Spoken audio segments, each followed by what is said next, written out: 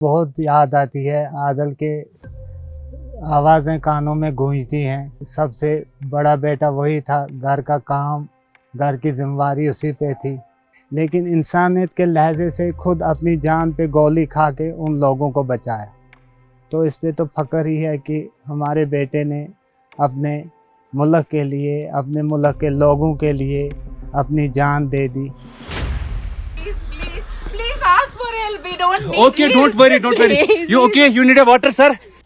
4 गोलियां लगी थी। एक लगी थी इस गले में और 3 गोलियां, एक गले में और 2 इस चेस्ट में, तो और एक बाजू में। जब उसने वो बंदूक पकड़ने की कोशिश की थी उनसे, तो उसने ऐसे बंदूक पकड़ी हुई थी, ऐसे हमें ऐसा ही महसूस हुआ कि उसने बंदूक पकड़ी थी, तो उसको फायर आया था, उसका ये गोश्त जो बाजू का ये कुछ नहीं था। तो फिर जब उसकी बाजू ही छूट गई तो फिर उन्होंने उसको गले में गोलियां और सीने में 2 गोलियां मारी, 4 गोलियां मारी थी आदमी को। याद आती, बहुत सारी बातें ऐसी हैं जो याद आती रहती हैं कि अपना बेटा अपने माँ बाप के लिए, अपने बहनों के लिए क्या करता है, क्या कर रहा है, तो ऐसी यादें आती रहती।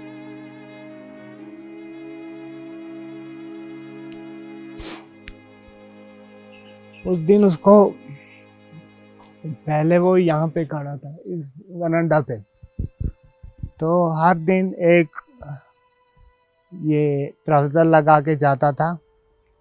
तो उस दिन उसने 2 लगाए, बोला आज मैं एक निकाल दूँगा वहाँ पे और वही कीचड़ वाला लगाऊंगा, जब शाम को वापस घर आऊँगा तो दूसरा लगा के आऊँगा। लेकिन वो फिर यहाँ से निकला, ना एक का वापस आया तो ना दूसरा।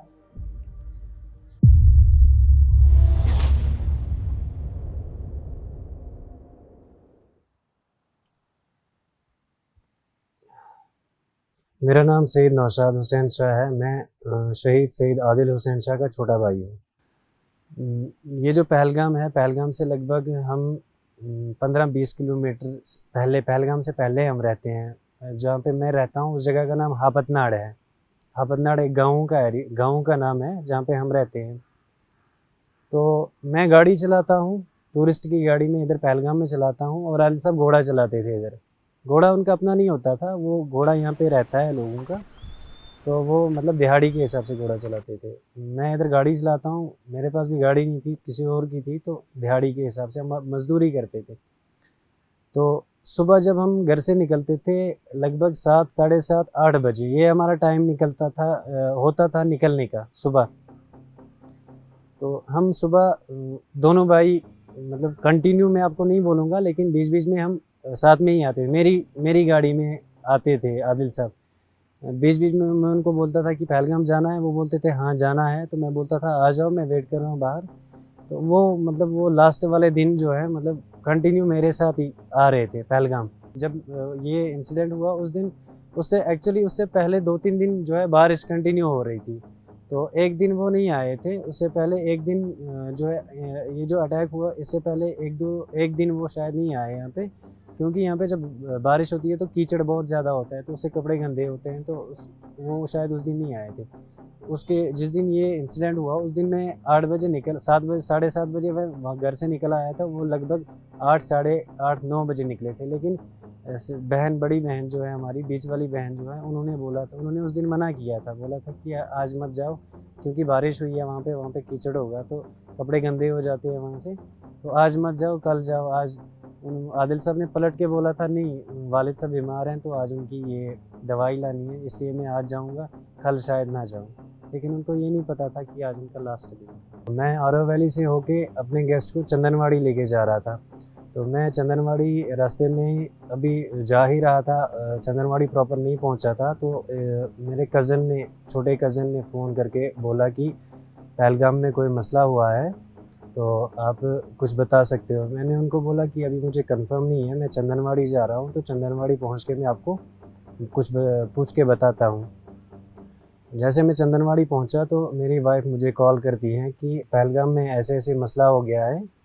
तो सोशल मीडिया पे जो है वो वीडियो वायरल हुई थी, उसमें ये दिखाया गया था कि पहलगाम बायसरन वैली में जो है अटैक हुआ है। तो घर वाले बहुत परेशान, उन्होंने देख ली थी वीडियो, घर वाले बहुत परेशान हो गए थे। तो मेरी वाइफ जो है उन्होंने मुझे फ़ोन करके बोला कि आपके भाई का फ़ोन नहीं लग रहा है, आदिल साहब का फ़ोन नहीं लग रहा है, उनको कांटेक्ट करने की कोशिश करो। तो मैं फिर चंदनवाड़ी जब मैं पहुंचा, मैंने उनको फ़ोन किया तो उनका फ़ोन जो है स्विच ऑफ आ रहा था, फ़ोन नहीं लग रहा था। तो फिर मैं उनको कंटिन्यू फ़ोन करता रहा। चंदनवाड़ी से अपने गेस्ट जो है वापस लेके पहलगाम में उनको ड्रॉप किया। तो फिर मैं यहाँ से वापस घर के लिए निकला। तो मैं उनको कंटिन्यू फ़ोन कर रहा हूँ, लगभग 4 से लेके 1 बजे से लेके 4 साढ़े 4 तक उनका फ़ोन जो है स्विच ऑफ दिखा रहा था।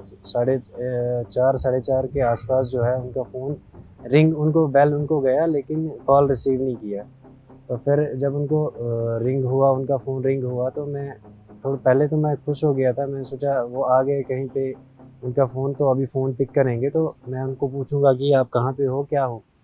तो जब पहला फ़ोन मैंने रिंग बजा लेकिन फ़ोन उन्होंने रिसीव नहीं किया। फिर ऐसे ही करते करते मैं 3 4 5 कॉलें की तो उन्होंने फ़ोन रिसीव नहीं किया। तो फिर मैंने वाइफ को बोला कि उनका फ़ोन लग रहा है लेकिन वो फ़ोन नहीं रिसीव कर रही हैं। तो फिर से वो परेशान हो गए, हम फिर से परेशान हो गए। तो ऐसे ही करते करते पूरा शाम जो है, शाम तक हम उनको कॉल कंटिन्यू करते रहे लेकिन उनका जो है फ़ोन लग रहा था, फ़ोन रिसीव नहीं हो रहा था। तो फिर शाम को मैं जब मैंने वालिद साहब के साथ भी मेरी बात बीच बीच में हो रही थी। वो बोल रहे थे क्या हुआ, क्या किया, कुछ पता चला। तो मैं उनको बोलता रहा कि अभी कुछ नहीं। तो मैं फिर यहाँ से जो घर पहुँचा तो वहाँ से मैंने अपने वालिद साहब को उठाया। तो हम पहुँचे यहाँ पे जो है अशमुकाम जो एक जगह है, वहाँ पे हमारा लोकल जो है पुलिस स्टेशन पड़ता है। तो वो इसलिए पुलिस स्टेशन हमें जाना पड़ा क्योंकि पहलगाम को जो है पूरा बंद कर दिया था। तो पहलगाम किसी को नहीं आने जाने नहीं देते थे। तो मैंने अपने वालिद साहब को बोला कि हम यहाँ पे पुलिस स्टेशन जाके वहाँ पे उनसे ये लेके और हम पहलगाम जाने की कोशिश करेंगे, वहाँ से कुछ इजाज़त लेके। तो हम जब पुलिस स्टेशन पहुँचे तो वहाँ पे उन्होंने हमें यही बोला कि अभी कुछ नहीं हो सकता, आप जो है वेट करो, सब्र करो, जब अगर हमें कुछ पता लगता है तो हम आपको कांटेक्ट करेंगे। उन्होंने हमसे फ़ोन नंबर लिए और हमें वापस भेज दिया वहाँ से। तो जब हम पुलिस स्टेशन से फिर वापस निकले, मैं जैसे ही घर पहुँचा तो मैंने वालिद साहब को बोला कि आप अंदर जाओ, मैं अभी बाहर ही बैठा था, थोड़ा मकान से बाहर ही था। मैं अपने दूसरे कज़न से बात कर रहा था। तो फिर उनको जो है कोई फ़ोन करता है, लोकल में ही किसी ने पहलगाम से फ़ोन किया कि आदिल साहब आपके क्या लगते हैं। उन्होंने बोला हाँ मेरे कज़न है। तो उन्होंने बोला कि इसकी डेड बॉडी जो है यहाँ पे हॉस्पिटल में है पहलगाम में।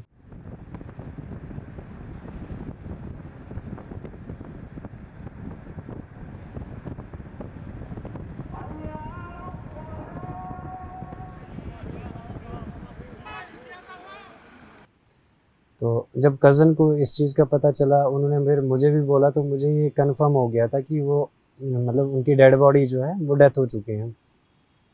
फिर मैं वहाँ से मैं थोड़ा घर से बाहर था तो मैं अंदर गया। वहाँ पे रूम मतलब अपने रूम में जो है एक कमरे में घर वाले सारे बैठ के रो रहे थे। मेरी माँ थोड़ा कमज़ोर टाइप की हैं। तो सारे मेरी बहनें, माँ, वालिद साहब, जो भी मतलब घर की फैमिली थे वो सारे रो रहे थे। तो मैंने माँ को ये बोला कि मेरी बात हॉस्पिटल वालों से हुई है, मेरी आदिल साहब से भी बात हुई है। मैंने उनको बोला कि आदिल साहब ठीक है, आप टेंशन नहीं लो, आदिल साहब ठीक है, मैंने उनसे बात कर ली। मैंने उनको झूठ बोला इसलिए कि मुझे पता था वो उनका हार्ट बैठ जाएगा, वो हार्ट पेशेंट थी। तो मैंने उस टाइम उसको भी झूठ बोला, माँ को भी, और वालिद साहब को भी झूठ बोला। वालिद साहब ने मुझे फिर से पूछा कि आप क्या बोल रहे हो। मैंने बोला हाँ मेरी हॉस्पिटल वालों से पहलगाम बात हुई है और मैंने आदिल साहब से खुद भी बात की है। उनके जो है टांग में लगी है, एक गोली उनके टांग में लगी है, उनकी टांग थोड़ा मतलब टूटी हुई है। तो उनको पहलगाम वालों ने, हॉस्पिटल वालों ने हमें बोला कि आप इनको जीएमसी अनंतनाग लेके जाओ, यहाँ से उनको हम रेफ़र करेंगे जीएमसी अनंतनाग, तो आप इधर पहुँचो। तो मैंने जब ये माँ को बोला तो माँ ने मुझे 2-3 बार बोला कि आप सच बोल रहे हो। मैंने बोला आपको मेरे पे यकीन नहीं है। उन्होंने बोला नहीं आप पे यकीन है। मैंने बोला हाँ आदिल साहब ज़िंदा है, मैंने उनसे बात की है लेकिन उनकी टांग जो है टूटी हुई है, उनकी टांग में गोली लगी है।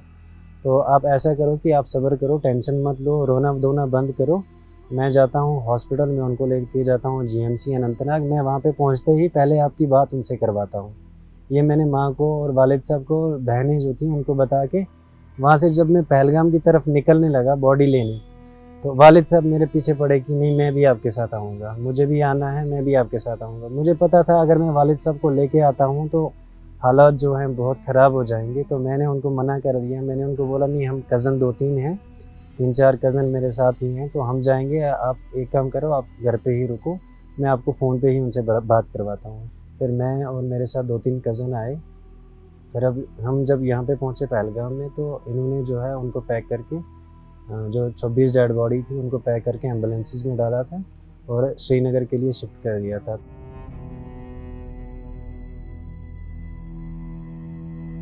पहलगाम हॉस्पिटल से जब हम श्रीनगर के लिए निकले तो जो 26 बॉडीज़ थी उनके साथ अपनी अपनी फैमिली थी, हर बॉडी के साथ अपनी अपनी फैमिली थी। तो आदिल साहब के साथ हम थे, मेरे साथ कज़न 2-3 थे, तो और हम थे। तो हम जब वहाँ पे पहुँचे श्रीनगर में, तो एक लेडी जो है वो ज़ारो कतार रो रही थी, वो बहुत रो रही थी। तो उनको मैंने थोड़ा दिलासा देने की कोशिश की। मैंने उनको बोला कि सिस्टर आप ज़्यादा मत रो, आप बीमार हो जाओगे।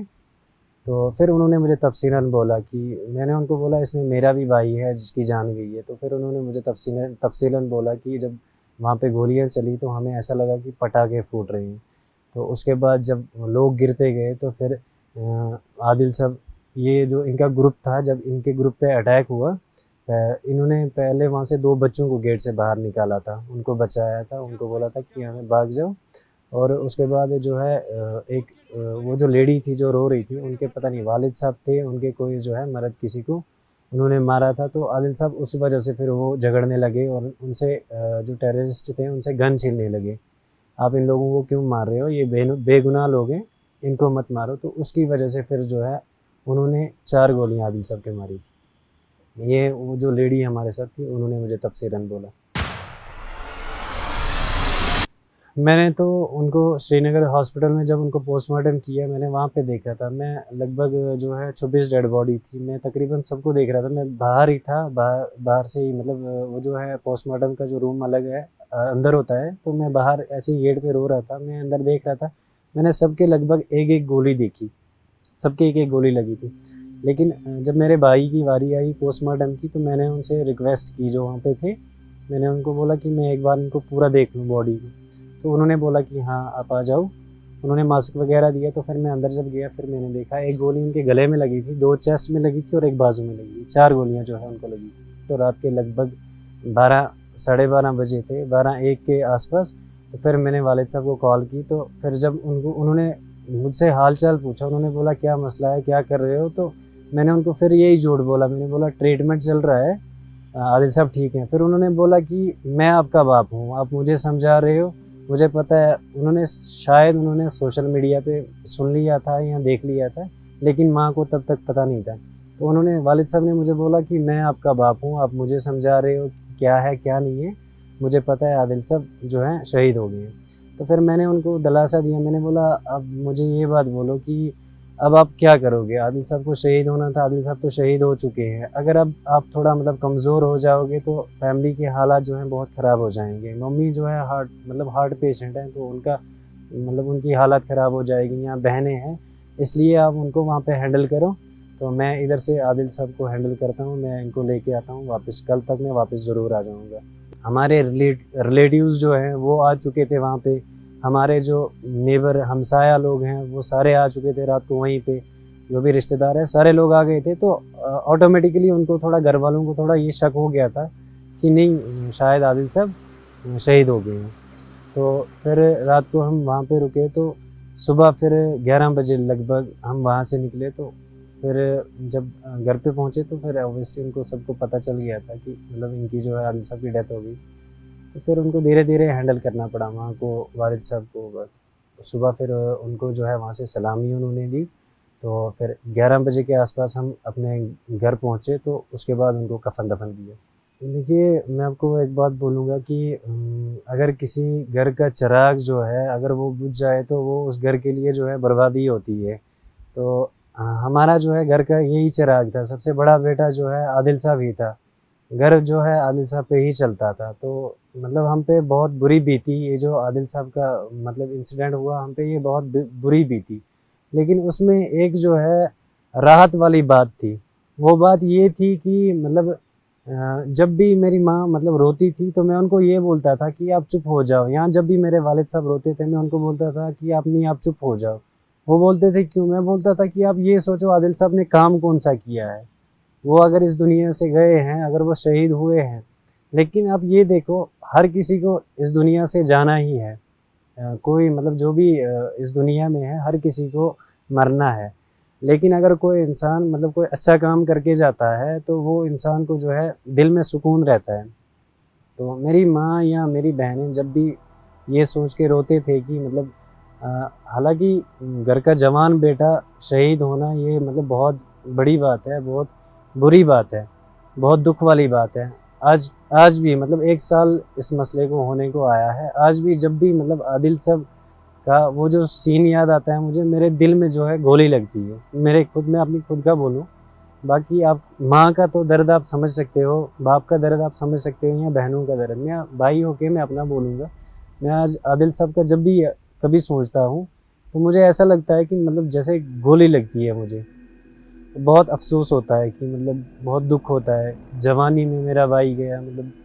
तो उसमें से एक चीज़ ये भी आती है कि मतलब जब ये इंसान सोचता है कि नहीं आदिल साहब ने काम जो है बहुत अच्छा काम किया है, उन्होंने मैसेज जो है बहुत अच्छा मैसेज दिया है। उन्होंने वहाँ पे मतलब टूरिस्ट को बचाया, जो मेहमान, हमारा धर्म भी यही कहता है कि मतलब अगर आपके मेहमान या आप किसी निहत्थे को देख रहे हो कि उस पर जुल्म हो रहा है या आप उस जुल्म के खिलाफ जो है खड़ा होते हो, तो हमारा धर्म जो है इसकी इजाज़त देता है। तो वो चीज़ जो है उस चीज़ से हमें राहत मिलती है, सुकून मिलता है कि नहीं आदिल साहब ने जो काम किया है, शहीद तो वो हुए हैं, जो उन्होंने काम किया है उसकी वजह से थोड़ा राहत मिलता है।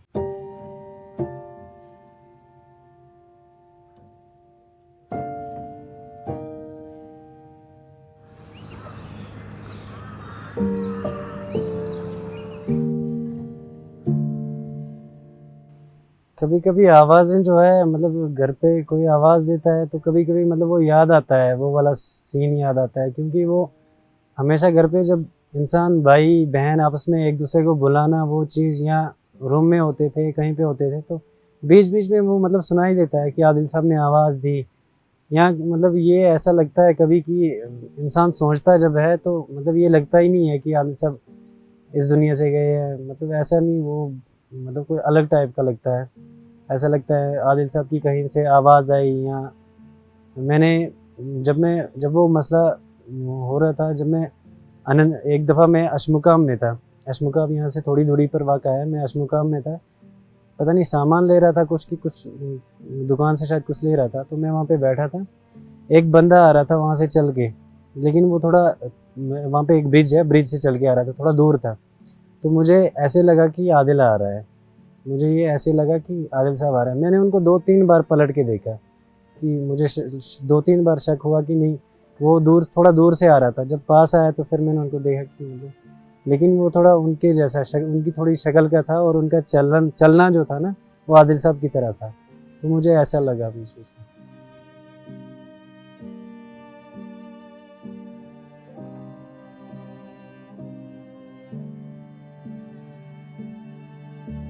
भाई की जो कमी है मतलब मैं इस चीज़ को बयान ही नहीं कर सकता कि कितनी ज़्यादा हो रही है। ये तो दिल में हमेशा अफसोस रहेगा कि मैं वहाँ पे क्यों नहीं था। चलो मैंने भी कोशिश की होती अपने भाई को बचाने की, या बाकी जो वहाँ पे 26 लोग शहीद हुए थे, मैंने भी वहाँ पे कोशिश की होती उन लोगों को बचाने की। दिन का आराम है ना रात की नींद है। जब भी सोचते हैं, जब घर में छोटा था अपने हाथों में अपनी गोद में उसकी माँ ने और हमने पाला उसको। फिर जब बड़ा हुआ तो घर में बहुत सारे काम चलाने लगा, घर का काम करने लगा, मजदूरी करके हमें खिलाता था, अपनी बहनों को। तो आज भी तो याद आती रहती है, तो लेकिन करें क्या, इसके सिवा सब्र के सिवा और कोई इसमें कोई चारा है ही नहीं। यहाँ 1-2 महीने तक ऐसे ही चलते रहे, लोगों की भीड़ भाड़ यहाँ लगी रही, तो हमारा भी टाइम निकल गया। क्योंकि दिन में लोग आते रहते थे तो हमें उतना महसूस भी नहीं हुआ कि एक दूसरे से बात करते रहे, सब गले लगाते रहे। सब पूछते रहे, सब बोलते रहे हम तुम्हारे साथ हैं, हम तुम्हारी मदद करेंगे, हम आपका कोई भी कुछ भी हो तो हम आपके साथ हैं। तो हमारा टाइम ऐसे ही 2 महीने तक निकल गया। उसके बाद तो अब आती है जब याद, रोते हैं तो फिर दिल संभल के बैठ जाते हैं। मेरा नाम बेबी जान है। मैं आदला दी मामी हाँ। मुझको आदला दा मुझ फिरदा मुझ याद आंदा तो रोंदी हाँ। के कारण मुझ याद आंदा, इधर दिखती आदल याद पै गई। के कारण कुत्था लोड़ काना आदला को मुझ याद आंदा आदल। इरुन सुनदी आदला दा बोल, उरु सुनदी आदला दा बोल, उधर सुनदी आदल टुरदा इधर टुर, मगर सही नहीं लगता का। के कारण इस कालजे को के कारण आदल जमती ऐसे तो चला गया, इस दुनिया तो चला गया। मुझ याद आंदा मुझ। कभी उसके कपड़े देखती है, कभी उसकी कोई रखी हुई चीज़ देखती है, कभी उसके फोटो देखती है, तो बहुत ही महसूस होता है उसको भी।